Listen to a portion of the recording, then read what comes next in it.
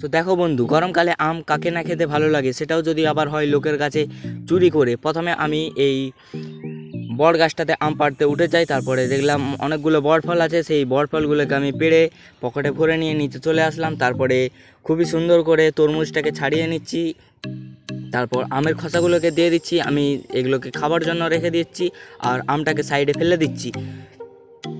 তারপর আমটা কুটোর পরে আমি কাঁঠালটাকে খুবই সুন্দর করে ধুয়ে দিলাম।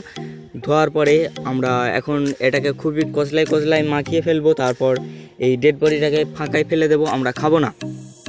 দেখতে থাকো আমরা কিভাবে আমটাকে ছাড়িয়ে খুবই সুন্দর করে মাখিয়ে ফেলি। এখন মাখানো কমপ্লিট হয়ে গিয়েছে, এরপরে আমরা এর মধ্যে কিছু বীজ দিয়ে দিব, তারপরে দিয়ে দেবো একটু খাঁটি গরুর মুত, না সরি খাঁটি সরিষার তেল। এরপরে আমি একটু ট্রাই করে দেখি যে টেস্টটা কেমন হলো। টেস্টটা কিন্তু খুবই সুস্বাদু বাজে হয়েছে, আপনারা ট্রাই করে দেখতে পারেন, খুবই বাজে লাগবে খেতে। So bye bye.